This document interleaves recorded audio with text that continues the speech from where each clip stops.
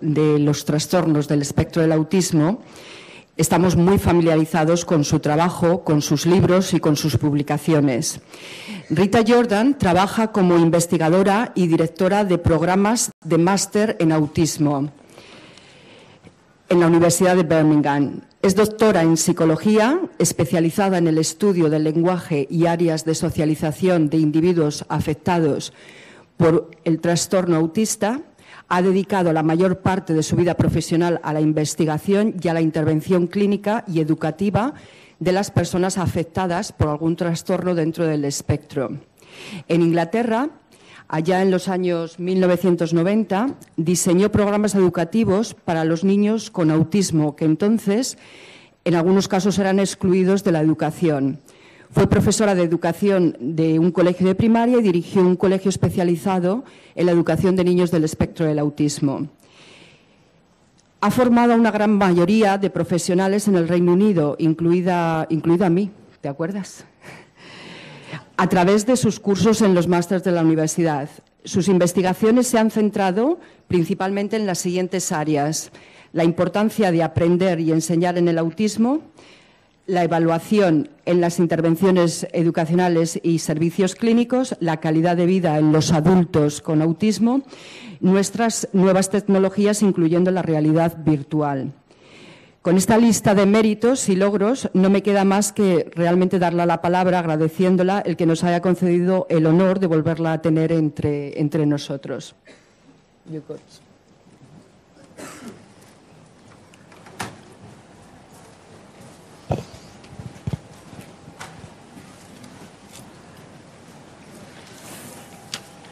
And thank you very much for inviting me to be here.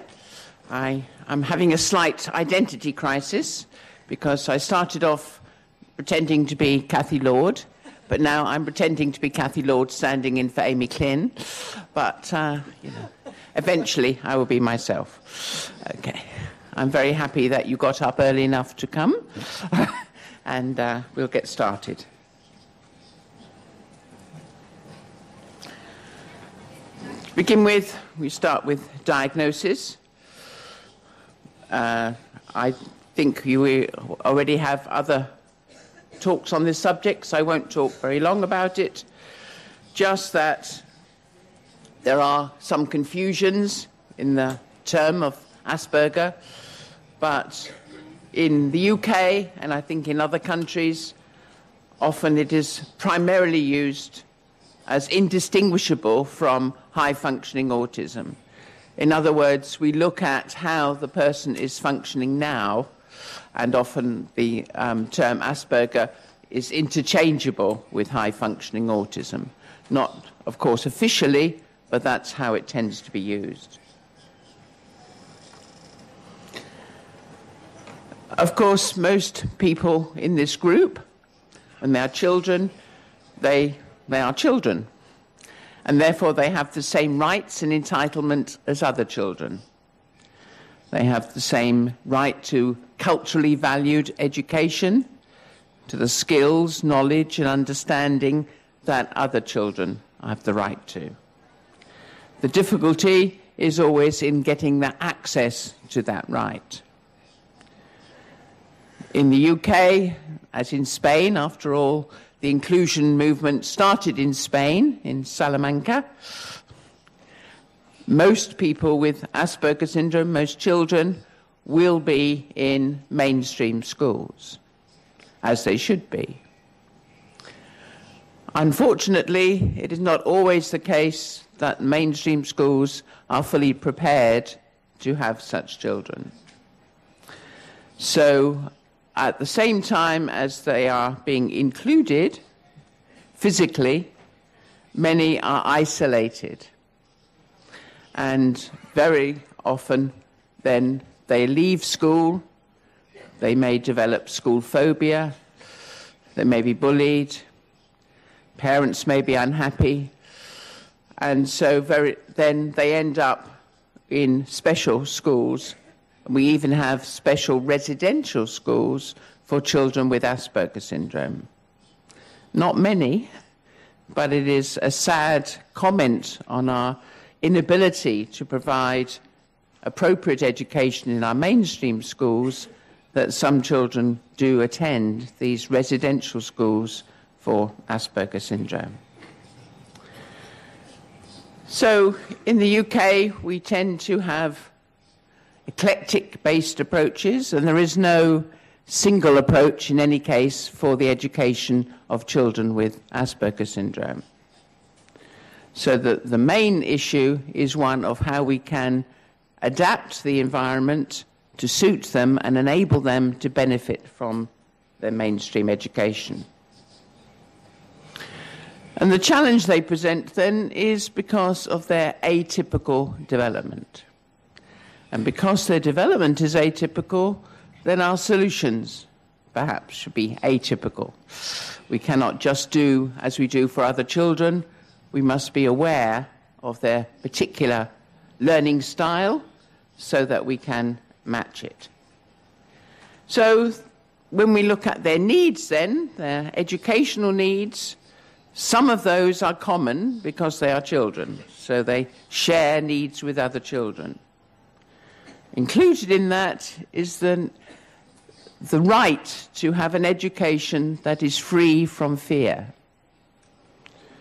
In the UK, as in many places, we are still not in a situation where we can guarantee that right to children with Asperger syndrome. That fear can come from an unadapted environment. It can come from peers. There is a lot of bullying in our schools, even though there are policies against it, but it happens. And sadly, we even have bullying by teachers, because teachers who do not understand and try to force the children to behave in ways that they are unable to do. So that's our prime concern, is how we can remove that fear from our schools. Then, of course, we know that people with Asperger syndrome are very different from one another.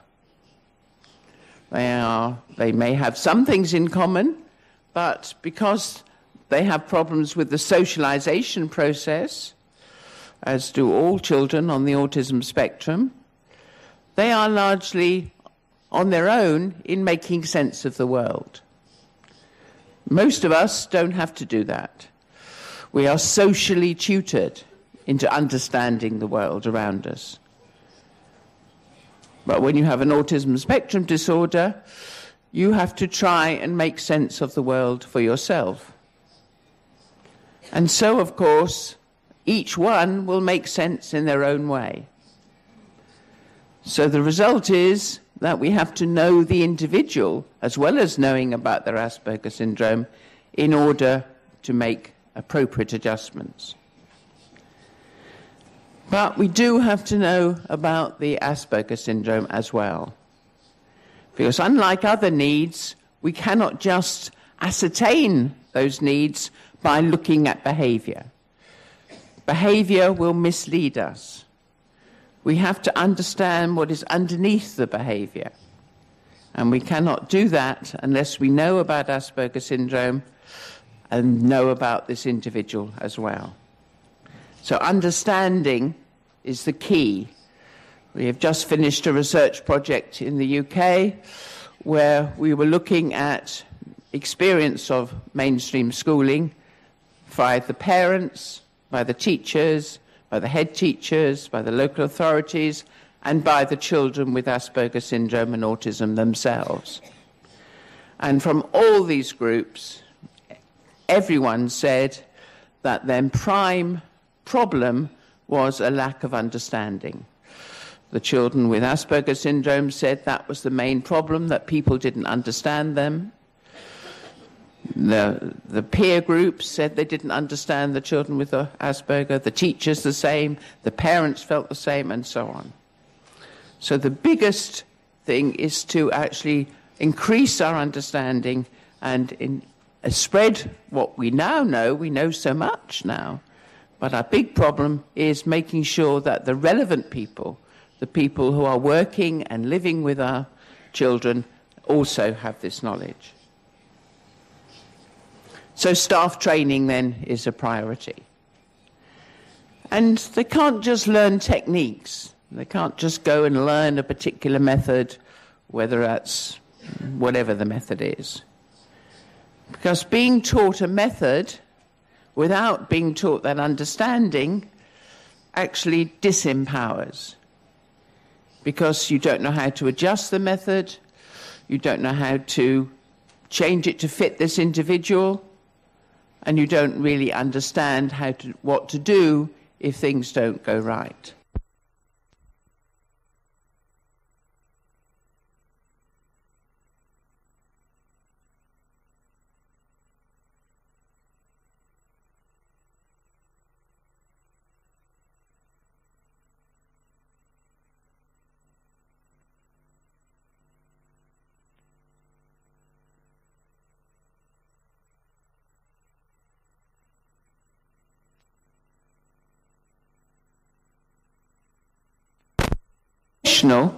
Should have some awareness training. Ideally, that should be in their initial training, so that everyone is aware that there are individuals who are thinking and learning differently. But in addition to that, they need access to someone with more expert knowledge. So again, in every grouping, there should be ready access for a colleague who is better informed to assist. For example, in our schools, we cannot expect every teacher to be an expert in autism spectrum disorders. It is not going to happen, and it is not necessary to happen. What we can expect is that everyone is aware, knows that such children exist, knows what to look for, and is aware of their lack of knowledge. Understand what they don't know, but also have access to someone who can help and support and give them what they don't know. The big problem for children when they are young with Asperger syndrome is how to play with other children. Because we have a problem that they may have many skills, including, in Asperger syndrome, they may even have good cognitive skills in the area of play. In other words, they may be even playing at a symbolic level. But their play tends to be rather repetitive. It tends to be of a very particular kind. And they get a lot of pleasure and satisfaction of repeating the same kind of thing by which they can anticipate, predict, and have it confirmed in what they do. So they may line up the cars instead of playing boom, boom, boom, and accidents and so on. They may make particular patterns. They may be interested in some obscure, perhaps very advanced aspect of the toys. But of course, if they are playing in a different way to other children, then access to other children becomes limited. The tragedy of any of the autism conditions is that what starts as a very small difference can become a big difference if we don't intervene. If you start off playing in a very special and different way, then other children don't know how to play with you. And so increasingly, you stay in your isolated track, and other children go off and join together. So the children who actually need more experience of playing with other children, they actually need to have that more than other children do, but they get less experience because they're not attractive play partners for other children. So it is a matter of not telling the person with an Asperger syndrome, the child, that she's doing it wrong, or this is not the right way to play with these toys, but in helping them develop other ways, in helping them see the point of other children, in helping them get some pleasure from other children, by letting other children share their aspects, because we find that if you choose something that interests the child with Asperger syndrome, they are much more able to share with other children. What's hard for them is to get outside that interest and to take on the interests of other children. So many of the play groups that we organise, we do it round a shared interest. You know, if they are interested in trains, we try to find some other children who are interested in trains, to play trains. We don't try and change the person with Asperger so they're not playing trains. Sometimes that's a challenge because their interests can be very narrow. But our goal is that we find something that, to begin with, interests the child, and we help other children who can be more flexible to find an interest in that same thing. Okay. Why do we associate challenging behaviour with Asperger syndrome?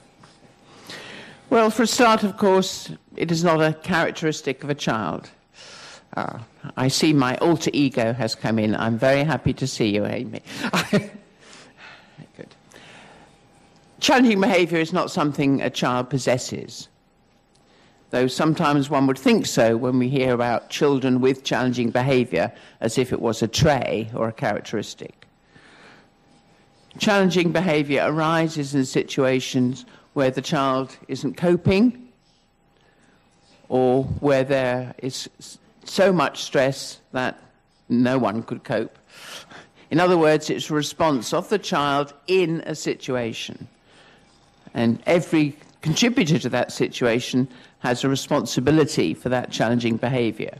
It doesn't just reside in the child. The kind of challenges that you get in Asperger syndrome are things like coping with the sensory environment. Although sensory issues tend to be associated more with the autism end of the spectrum, as it were, they still can be present and they can be very common in children with Asperger syndrome. So we need to be alert for them. We need to be aware. And very often we will have to give proximal blocks. Allow children to wear coloured lenses if it helps. Allow them to work in a dim light if it helps. Very often they cannot cope with the full flood of a main light, especially if that's a fluorescent light, and they're sensitive to the buzz or the flicker. I cannot tell you what your individual with Asperger syndrome is going to be sensitive to, but we need to observe and work with them, because they will not necessarily know when they're young what they're reacting to. They may just be reacting to it. So we have to observe carefully and try to work out what are the things that disturb them and they find difficult. Very often, of course, it's sound, loud noises, sudden noises, or unpredictable noises, like a hand dryer in the toilets. The problem with a hand dryer is not only that it often makes a unpleasant noise, but that often they don't know the mechanism by which it starts. They don't know when it's going to stop. So the first thing of dealing with that often is to make those things apparent, to go in and work out for yourself how this hand dryer operates, and then to teach that to the child with Asperger syndrome. You know, it operates when you start moving your hands, but when you withdraw your hands, it doesn't stop immediately. Maybe it takes 5 seconds, 10 seconds. Of course, when there are lots of other children thrusting their hands under the dryer, that won't be apparent. But if they can understand how it works, then sometimes the fear that attaches to it can be reduced and they can cope. But undoubtedly, predicting what other children will do is much more scary. And, of course, they are also scary for other children. All the autism spectrum are very much transactional disorders. It's not just that somebody has a problem. is that we have a problem with one another. We have a problem understanding one another and therefore relating to one another. So the child with Asperger syndrome may find the other children frightening, disturbing, but they also may feel the same about him. I say him because it's likely to be him, but of course it can be a her. So we have to work at both ends. We have to help the person with Asperger syndrome also behave in ways that are not scary for other children, but we also have to help the other children understand the person with Asperger syndrome more. And by, again, working through mutual interests, developing play opportunities, having positive experiences can make a big, vast difference. I was at a conference recently where parents in the end asked me what would be my prime goal in working with these children. And I was going to, pass it off as one often does because it's very hard to say. It depends on individuals and circumstances and so on. But in the end, I decided to think about it. And the more I thought about it, I thought my prime goal, I think, the thing I would work on most is when they were young, to try to give them positive experiences of being with other children. Because if they're having fun with other children, then of course their social skills improve. If they're having fun with other children, their communication skills improve. And if they're having fun with other children, they actually become less rigid, because it's other people that make us more flexible. Left to ourselves, we're all pretty rigid. I've lived on my own for 15 years now, since my husband died. And I'm fine with it. I like living on my own. It's okay.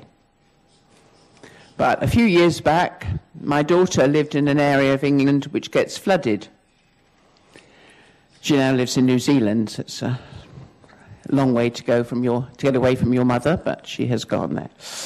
But at the time, she lived in England in an area called York. And she got flooded out and came to stay with me, with her children and her husband and her dog. Now, I love my daughter. I love my grandchildren. I've just realised this is being recorded, so I better not tell you what I think of my son-in-law. And I didn't like the dog at all, because the dog had peed up my back one Christmas and I never forgave him. But for a while anyway, it was lovely having my family with me. And I didn't mind babies bouncing on me early in the morning. But after a little while, you have a routine. I needed to go to work. At that time, I only had one bathroom in my little house. And so there would be somebody else in it. Or even worse, there would be children who'd come in it with you and comment on what you were doing. Not how you want to feel first thing in the morning. And then I'd come back after a heavy day's work and have to play hunt the cooking utensil because my daughter had put it somewhere strange. But the worst thing was the office, because I have an office in my home which operates on the volcano system of office management. I don't know if you know that system, but it's actually very efficient. You can excavate at the right level because you kind of know where the paper's piled up. But it doesn't work at all if little fingers have been through trying to find paper. So after a while, I got rather grumpy, until my daughter finally lost her temper with me. And she said, "For goodness sake, Mother, you're turning into a crabby old woman. You've lived on your own too long." Spot on. When you live on your own, you do things to suit yourself. Why wouldn't you? You have your own routines. You put your things in your own places. You have things that help you get by. And that's that order that you have created, or the disorder that you have created. When I go back home, there will have been no fairies to clear up after me. But equally, there will have been no elves to make even more mess. I know what to expect. Now, for someone like me, having around people you love makes the compromises you have to make worthwhile. So when I think about it, being with my children, my grandchildren, is worth the effort. But if you think about children with autism or Asperger syndrome, they're often not getting enough from other people. They often don't see the point of other people. Your parents, perhaps, they get you things, you know, but what are other children for? What are teachers for? Yeah? You're trying to work out how to do things, and they come and interfere, and they talk at you, and they, you know, they often don't see the point. So they try to do and have things for themselves. It's understandable, but our way through has to be to help them see the point, to help them get some good experiences with other people. Sadly, when we talk to individuals with Asperger syndrome, when we talk about their early life, especially in school, most of them have very sad tales to tell. Very rarely do we have a good experience for them to relate. Now, sometimes I think it's because their attention isn't necessarily drawn to the good experiences, and the bad ones stay with them. But I also think it is, to some extent, the reality that they don't have enough good experiences. And I think if we can engineer those good experiences, we can do so much good on a number of developmental fronts. Okay. How we manage behaviour in those in children with Asperger syndrome? Well, the best thing, of course, is to try to predict challenges. It's not to have to manage them after they've taken place, but to try to predict and avoid them. And if we know the individual very well, and we know the things that they have trouble dealing with or that upset them, then that can be very successful. Unless, of course, too many things upset them, and then we have to deal with that in the real world. We have to try to teach with a level of structure and predictability so that they can pay attention. People with Asperger syndrome, like everyone else on the autism spectrum, often find it very hard to deal with new things. Their first experience of newness is unpleasant. I'll give you an example from a person actually with high-functioning autism, not Asperger syndrome. But her name is Ros Blackburn. Some of you may know her. She has been to Spain to talk many times. Now, until a few years ago, Ros had never been on a roller coaster. But she decided she would like to go on this roller coaster. She had her carer with her because she needs a carer when she is going out in the community. So they got on the roller coaster and they pulled down the bar, and the moment it started, Ros started screaming, "Oh, it's horrible! I hate it." All the way round, she is screaming. When the roller coaster stopped, the carer thought, right, we were going to get out. She lifted the bar, but Ros pulled it back down again. And the same thing, screaming all the way round 3 times. Eventually, after the 3rd time, Ros pulled up the bar and got out and said, "Oh, that was horrible. I'm never doing that again." So the carer said, "Oh, why do we have to do it 3 times? "Ah," says Ros, "the first 2 times, I didn't know if I didn't like it because it was new or if I really didn't like it. Now I know I really don't like it. I don't have to do it again." But that tells us something, doesn't it? You know, Ros has a number of obsessional interests. Daniel, sorry. Oh, it's gone off, hasn't it? Yeah.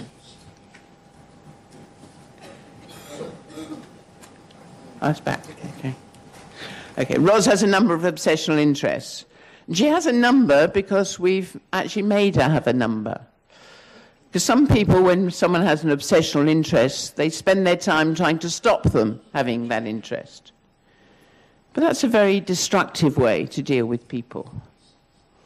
And I think a much better way is to build up new obsessional interests. So our goal for Roz and people like her is that she should have so many obsessional interests that none of them are obsessional. Now, you know, it's a hard goal because every time you introduce something new, she doesn't want to do it. But we say, we want you to try this 5 or 10 times, and if you don't like it after that, you don't have to do it again, ever. So she knows it will come to an end, but she has time to get used to it. And very often the things that she now loves, things like trampolining, she hated to begin with because she had no skill. But she persisted, she learnt to do it, now she absolutely adores it, and it's one of her favourite things. In fact, I think it's the only Spanish word she knows is the word for trampoline, because that's what she asks for whenever she comes to a conference, if people can arrange a trampoline session. So building on obsessions rather than trying to get rid of them seems to be a much better way forward.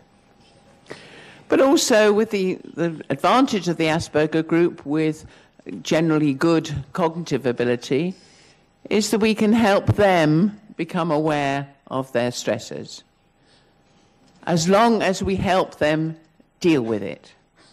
It's almost the worst thing you can do is to help them become aware when they're being stressed and then not give them anything to do, because then you'll make it much worse. You know, they'll be saying, oh my goodness, my heart's beating fast, oh my goodness, I'm sweating, oh my goodness, and they get more and more stressed. So we teach them to become aware, but we always teach them what they must do, the strategy they must put in place to calm down and so that they can move on. But the big strength of teaching them ways is that we can then teach them that management so that they are not a prisoner of their own stresses. We need to train for panic responses. However good we are in our teaching and our care, it is very hard to protect people with Asperger syndrome from panicking. Too many things happen in an unpredictable social world that they're not prepared for. So we have to accept the fact that there will be situations in which they'll panic.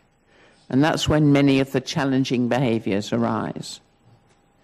Now, any other group that's vulnerable to panicking, like firemen, policemen, soldiers, we know that they need to be drilled.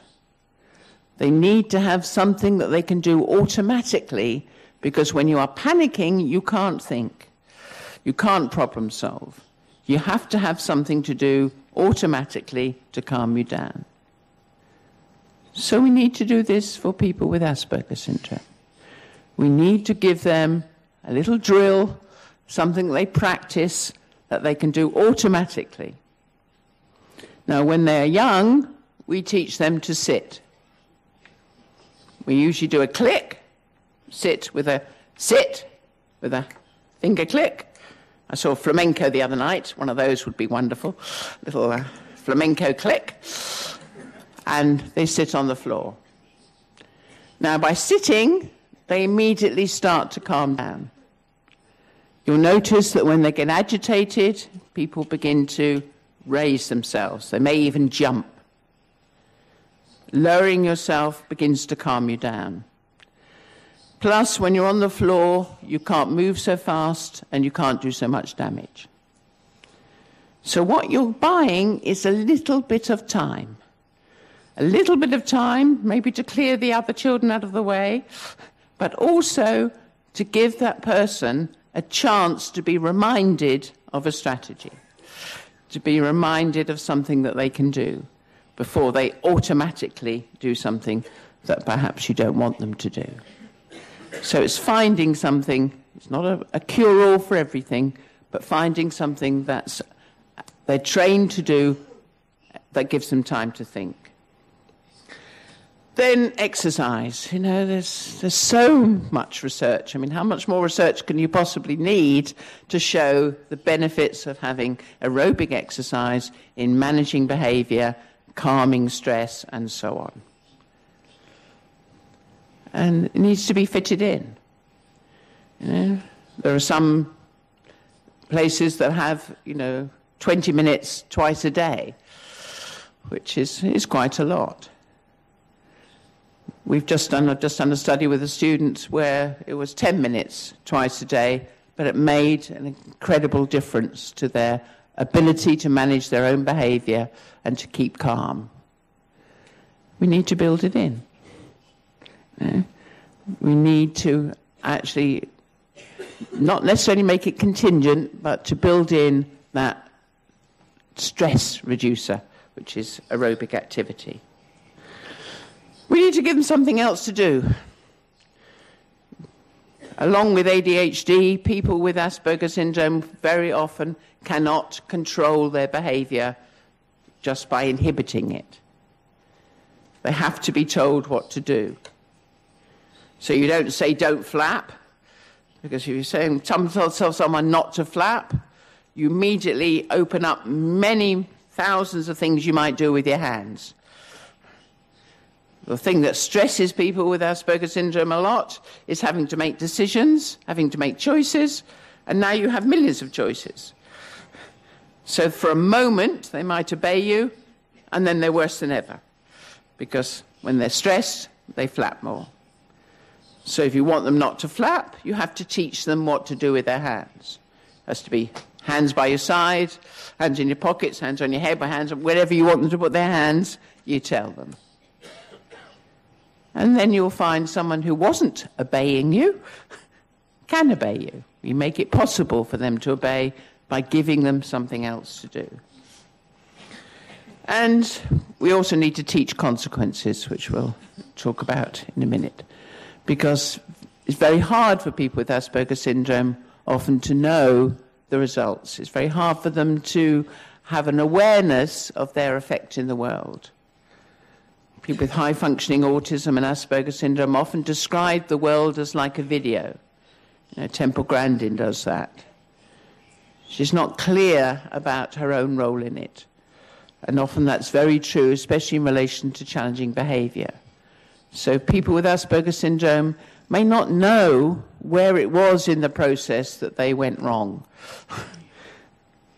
And they tend to look at the results. So they will tend to blame other people for the situation they've landed in, not because they're being nasty, but because that's what it appears to them. That's what it seems like, because they're looking at the end result, Who resulted in me having this sanction? Well, it was you, So it's your fault that I'm in this mess, because you chose to do this sanction for me. So we need to give them confidence in their ability to manage their own behavior, and confidence in the staff who are supporting them in doing that. So we need to model the approach. We can't expect children to be problem solvers if the people who are teaching them are didactic all the time. We have to actually show them that we don't know all the answers. People with Asperger syndrome, well, they don't necessarily actually trust us to have answers. They don't necessarily know that we know things that they don't know, so that they may not ask us for answers, but they're certainly not aware that we don't know what they know, for example. Wendy Lawson, even now, she certainly says when she was a child that she would get very angry with her brother, for example, or her parents, because they weren't giving her a drink when she was thirsty. I've no one to get angry with, so I'm going to get myself one, okay? Sorry. I will do it for you, Rita. Thank you. So she would get very angry with her brother because when she was thirsty, he was not giving her a drink, unlike Pilar, who very kindly is. Thank you. She didn't realize she had to tell him or had to ask for one. To her, the fact that she knew she was thirsty meant that everyone knew she was thirsty. So if they weren't giving her a drink, they were being mean and, horrible to her. Even as an adult now, very intelligent adult in her 50s now, she still has to remind herself of that. I've often been with her when she's suddenly said, "Oh, you don't know that, do you?" That's in my head. I have to tell you. Very hard message. Very hard message for them to always be aware of what they need to say and what they don't need to say. So we need to model a problem-solving approach. We need to help them with the notion of drafting. Many children with Asperger syndrome are perfectionists. They can't bear to make mistakes. If you put a cross on their work, they will rub a hole in the paper rather than have that cross there. They find it very distressing because they don't know another way, because they learn a way to do something, and that becomes the way to do it, so that each step in that is needed in order to trigger the next step. Now, that can be very efficient for things that always follow the same path. But it's very inefficient for social situations, for example, where you need to problem solve online. Where you need to be aware that there may be alternatives that are needed. Where you need to understand that the same goal can be reached by many different routes. And children with Asperger syndrome need to have that taught explicitly, because otherwise it's not their natural style. Their natural style is to build on what they've done before and not to be confident about the effects if that changes. So word processors have been a wonderful invention for children with Asperger syndrome. Because instead of getting things wrong, we introduce the notion of a draft. So we say, well, that was a good first draft. These parts are really good and you can keep them, but in your second draft, here are the things you need to change. And then maybe it needs a third draft. Now, the point of it is, in the end, they have a perfect piece of work. And so their need to have that perfection is satisfied. The teacher, meanwhile, takes note of that first draft because that tells them where the child is having difficulty. So that first draft is kept, but for the child learns that it's not wrong, it's just a process that we go through. In reaching perfection, we have steps on the way. And we use that word processing as the first step in helping them understand that, but also apply it in other areas. And we all learn that we may not always know the answers. That's hard often. One of my students was interviewing a child with Asperger syndrome about the short break provision that he was being given. And she was asking him, did he like it and who did he like there and things. And he clearly couldn't remember or didn't know the names of the staff who looked after him in his short-term break. So when he was asked about this, he just turned to the researcher and said, well, why don't you know? Why are you asking me? Why don't you know this? And I think very often they don't understand who is likely to know things, who isn't likely to know things, what they know, what they don't know, and so on. So the notion that everybody may not know, but there are ways of finding out, and to model those ways and to show them how to find things out is a very useful strategy when they're young. Many children with Asperger syndrome, of course, will be experts in their own area of special interest. Now, we don't want them to dominate all their learning opportunities with that interest, but it is important that we use it, that we give them credit for their expertise, that we help them use it in their learning and also in their interactions with other children, so that they have a level of respect. They're not just children who can't do some things, but they can do others, and we respect them for it. Tony Attwood's idea of a toolbox is a very useful visual guide for children with Asperger syndrome. The idea that, you have a range of strategies and you associate them with an actual tool, it's your spanner. These strategies belong to your spanner, these are hammer strategies, these are screwdriver strategies, and so on.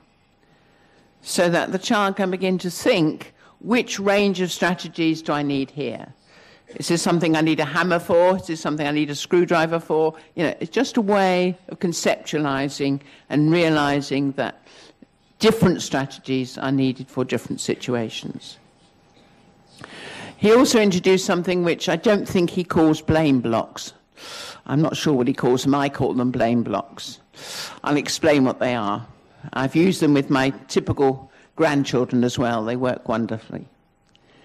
If a child with Asperger syndrome gets into a confrontation with another child and then they are told off, they will very often say, it's not my fault, it's his fault, he started it, and they find it very hard to understand why they are in trouble.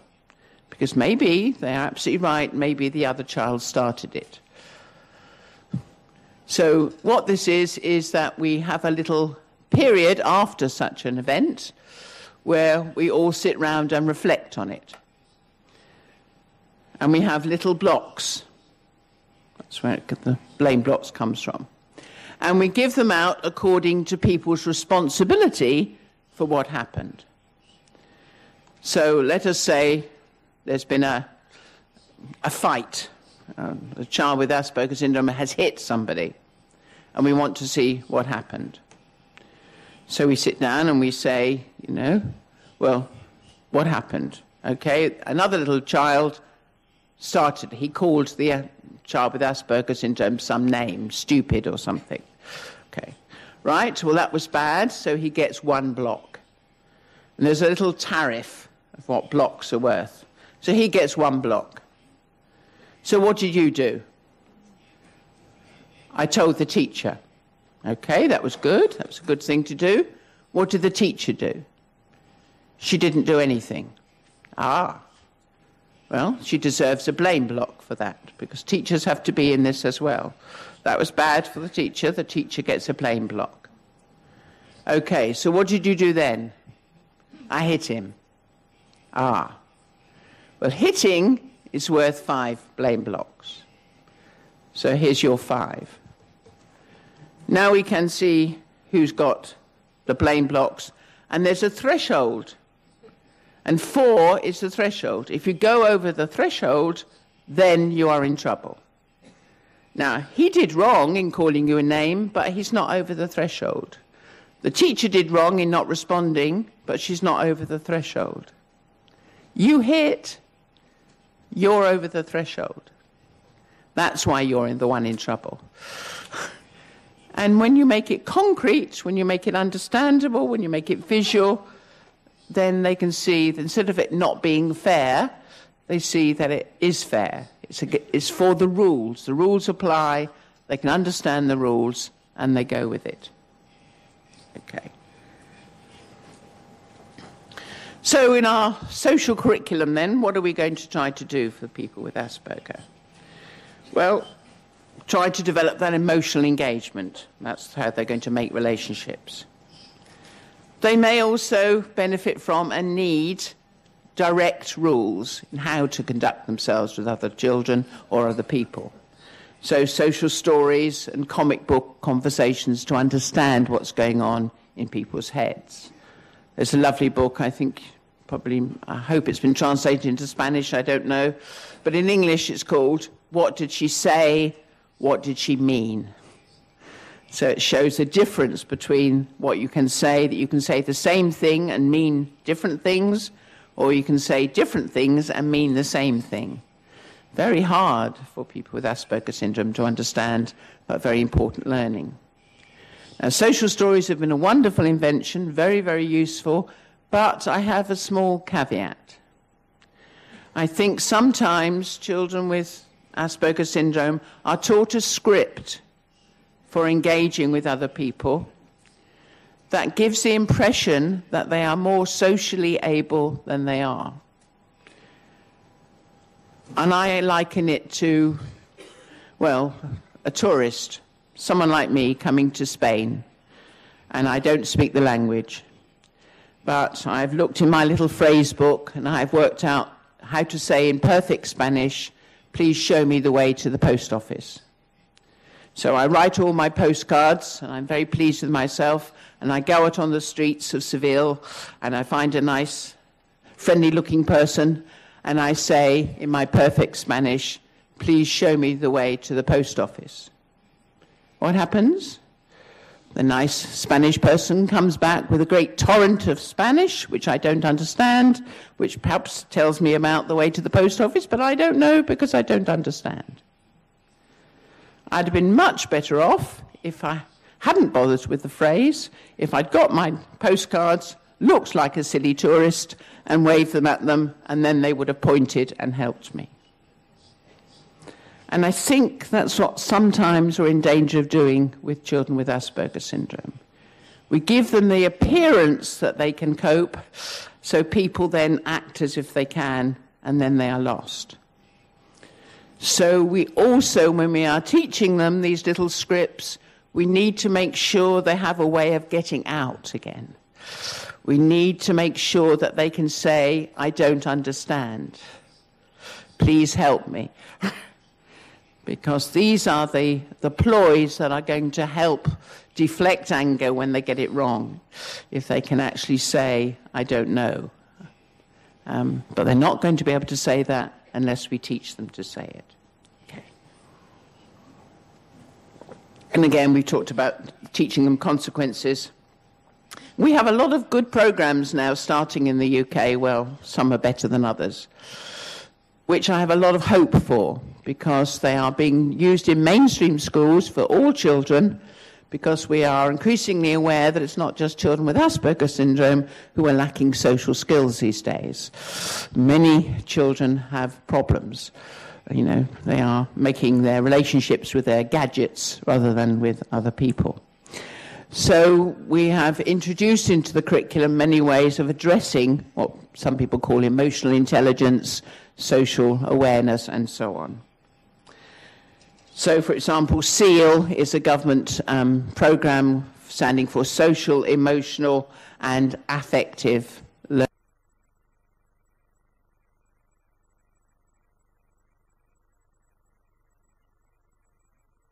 Develop more experience with it. But at least it's a start, because it means that children are learning just what the child with Asperger syndrome needs to learn. But now everybody is learning it, so it's a good way.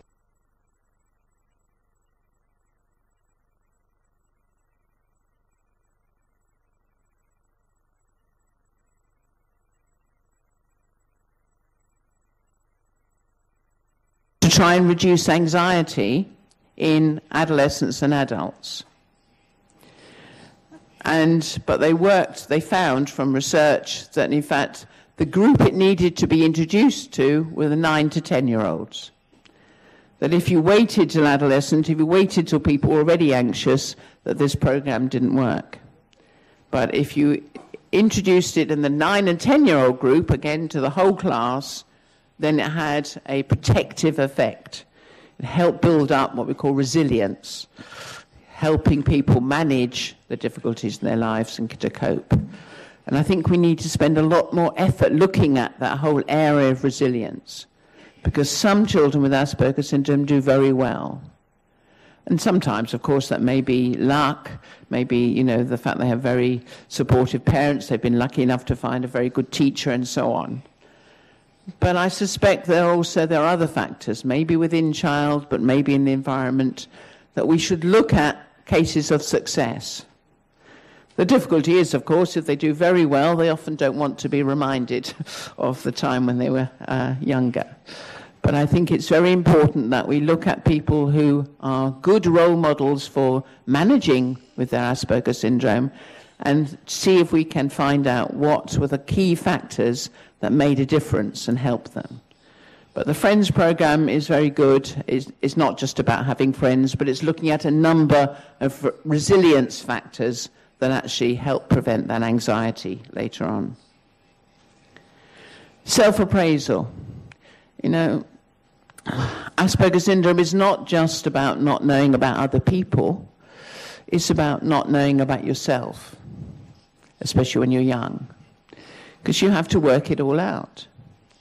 Very hard to self-reflect. It's very hard to find out things if you don't know you don't know. A lot of people don't know they don't know, do they? You know, but we know how poor they are at finding things out then. But equally, it's very hard to apply what you know if you don't know you know it. And it's having access to your knowledge that's the key thing in learning.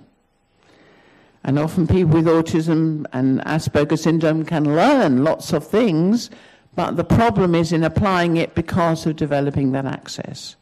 So developing self-awareness of their emotions, of their knowledge, their understanding, helping them access it in different situations. They also need to be aware that not all their problems stem from their Asperger's syndrome. I know many people with Asperger's syndrome who were under the impression that life was rosy for all of us, and it was only because they had Asperger's syndrome that it was so difficult for them. Well, of course, having Asperger's syndrome does make life difficult, and I don't want to underplay that. But it's sometimes helpful to know that sometimes the problems are just because they're human, just because we all have problems. Sometimes life isn't that good. Sometimes it is. Sometimes life is sweet, but it also can be sour. And part of ordinary life is that we learn to cope with the downs as well as the ups. We can't promise children with Asperger's syndrome that their life will be rosy. We can't promise anybody their life will be rosy. What we can try to do is to help them understand that there will be good things as well as bad, things to look forward to as well as dread, and that we can have strategies for managing that life. Often when we have, especially when we have things like sex education in schools, we introduce the idea of an agony aunt. I don't know if you have this in Spain, but in the UK, many newspapers and magazines have somebody who answers readers' questions, often about sex or relationships, but it can be about many things. Now, in classrooms where we have children with Asperger's syndrome, we often will not just choose the person with Asperger's syndrome, but take turns in people being a kind of agony aunt. Because it's very useful for them, A, to be aware that other people have problems, but also it's useful for us to know how they're thinking. And there are other programs like Philosophy for Children, which is very good in bringing this to the fore. And one of the little scenarios in Philosophy for Children, for example, is you talk about somebody who's stolen something from the cloakroom. A child has been caught stealing sweets from another child's bag. And then we pose a question, what should happen to the child?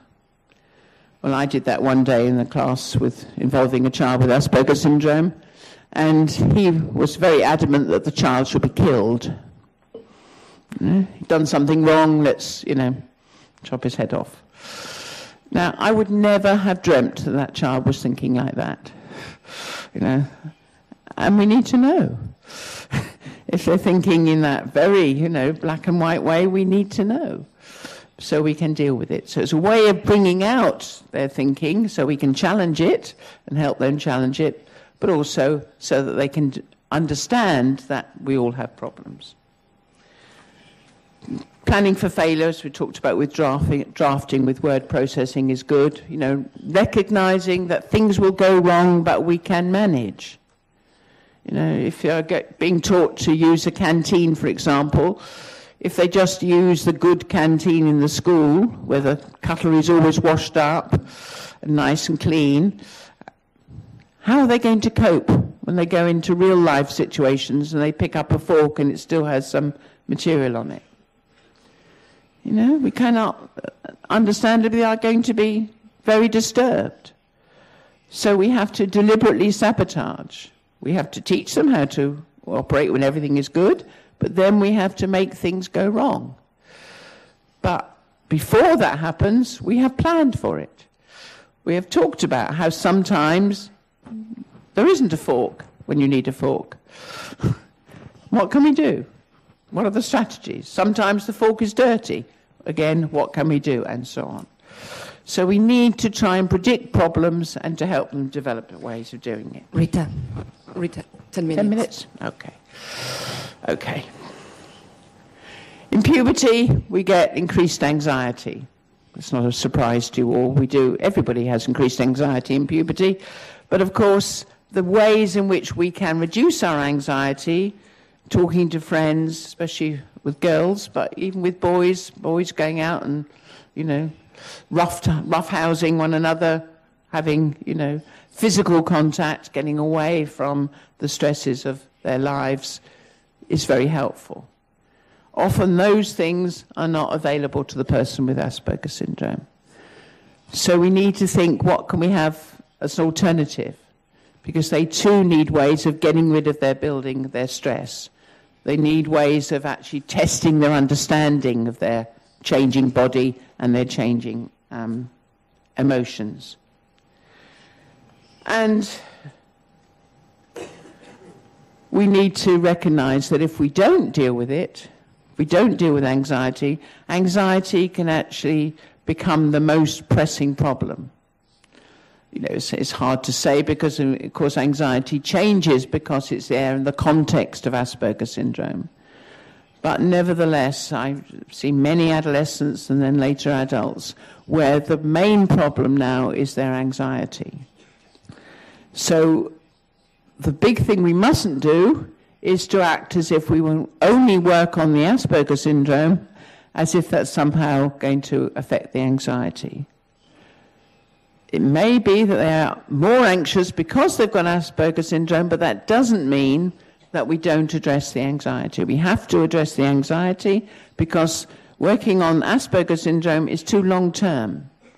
We need to make a difference. Otherwise, we have a transactional process whereby both their Asperger syndrome and their anxiety gets increasingly worse. So this can be a very dangerous time in their lives, and we need to make sure that we're working on anxiety as well as on the Asperger syndrome. So we need to think about, what kind of effects is the anxiety having. We notice the physical effects, the emotional effects, the behavioral effects, and we help them deal with them in the best way. We teach them to relax. Most people with Asperger syndrome have great problems in relaxing. If they get lying on the floor, often their back is curved from it. Talking to a young adult, well, he's actually not all that young anymore, but anyway, to an adult who's been very successful with Asperger syndrome. He's a statistics lecturer in London University now.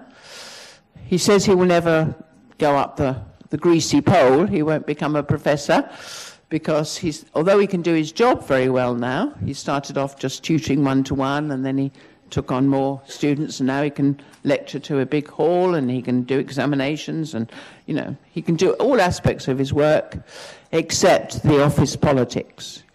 He can't, but he's developed a theory about human nature, which perhaps a little cynical, but maybe right. He thinks there are two kinds of people in the world, and he puts people with Asperger syndrome in the first group, which is the group who wants to get things done. And then he says there's another group who don't mind getting things done, but their prime motivation is to make themselves look good, and therefore other people look bad. Now, a little cynical perhaps, but interesting that that's his view. Anyway, asking him about his life and what made the biggest difference, the thing that he said made the biggest difference was using the Alexander technique. Now, I don't know if you know that. It's got nothing to do with autism. In fact, a lot of actors use it. It's a way of holding yourself or breathing properly, and also holding yourself in a relaxed, and your movements become very fluent.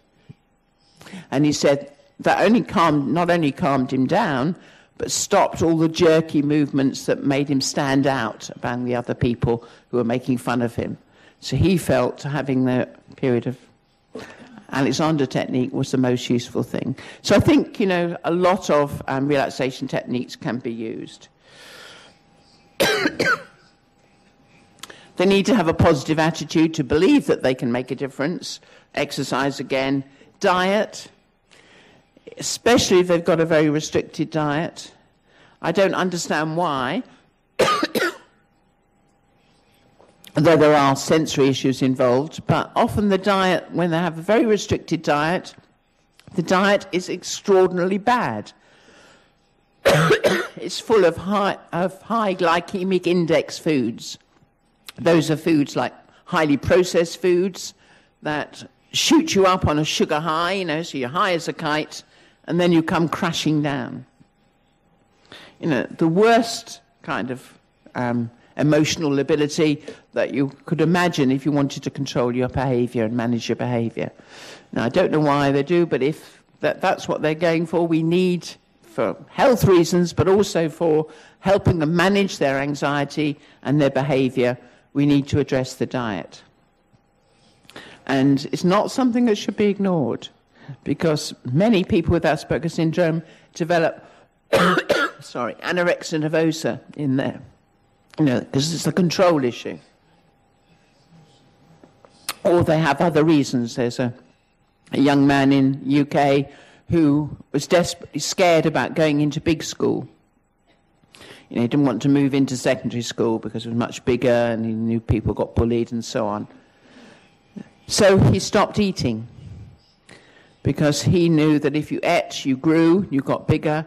So he thought if he could stop himself getting bigger, he wouldn't have to go into the big school. And, even knowing that that's the motivation, he actually, it wasn't until his health deteriorated dramatically that he got any help. I think because he was so bright that this went against him. People just thought he, could be argued out of his, beliefs, but he couldn't. 2 minutes, Rita. 2 minutes. 2 minutes, okay. Well, when it comes to adults, sadly, big problem getting diagnosed. I recently interviewed a man of 65 who'd only just received the diagnosis. Again, it was done because of relatives getting a diagnosis and then people, his sister saying, I think that may be your problem.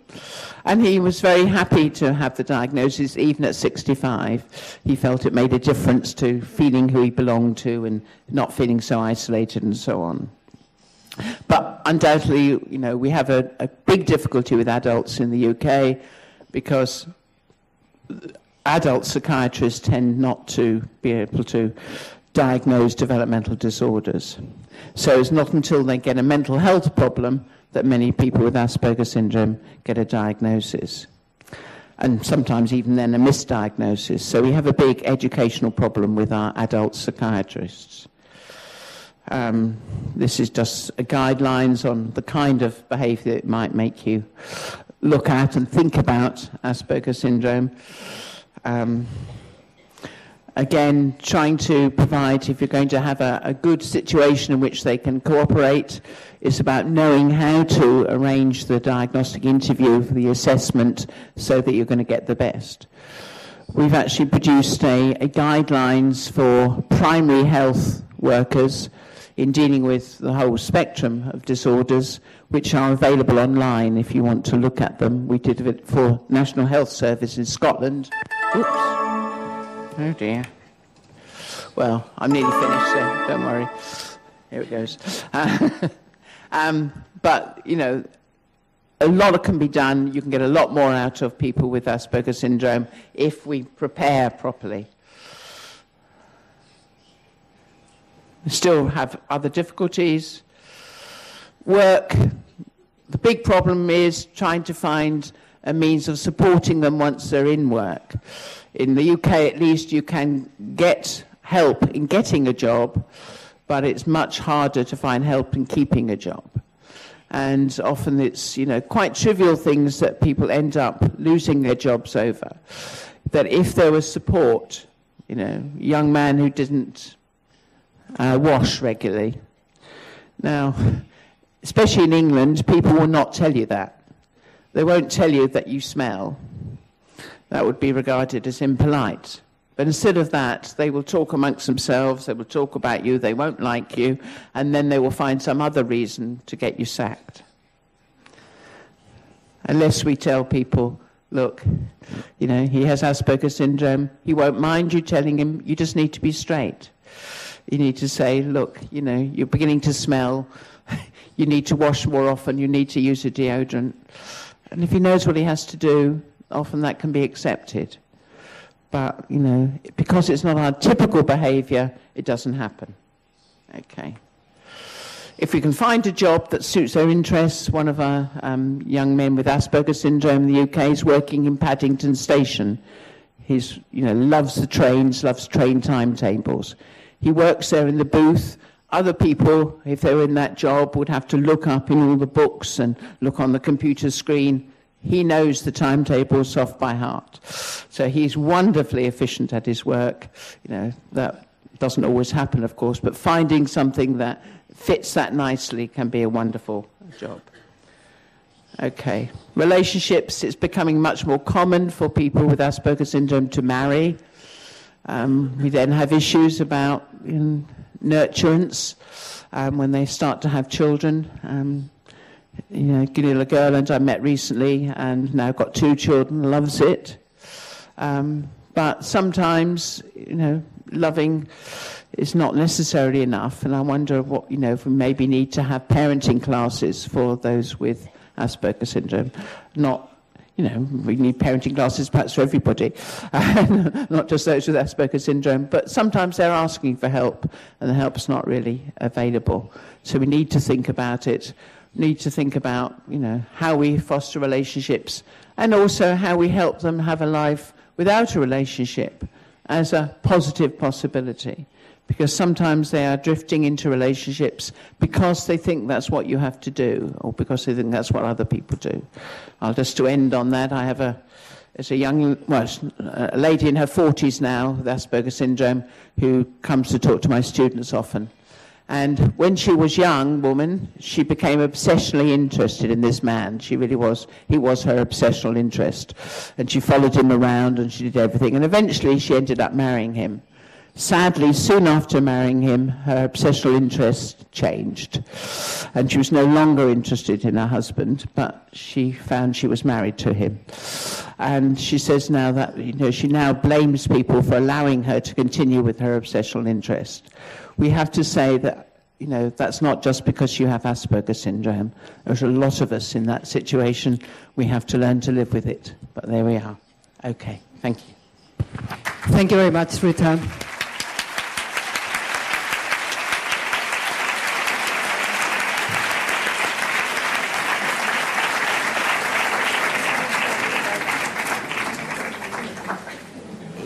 La pausa para el café se va a cortar.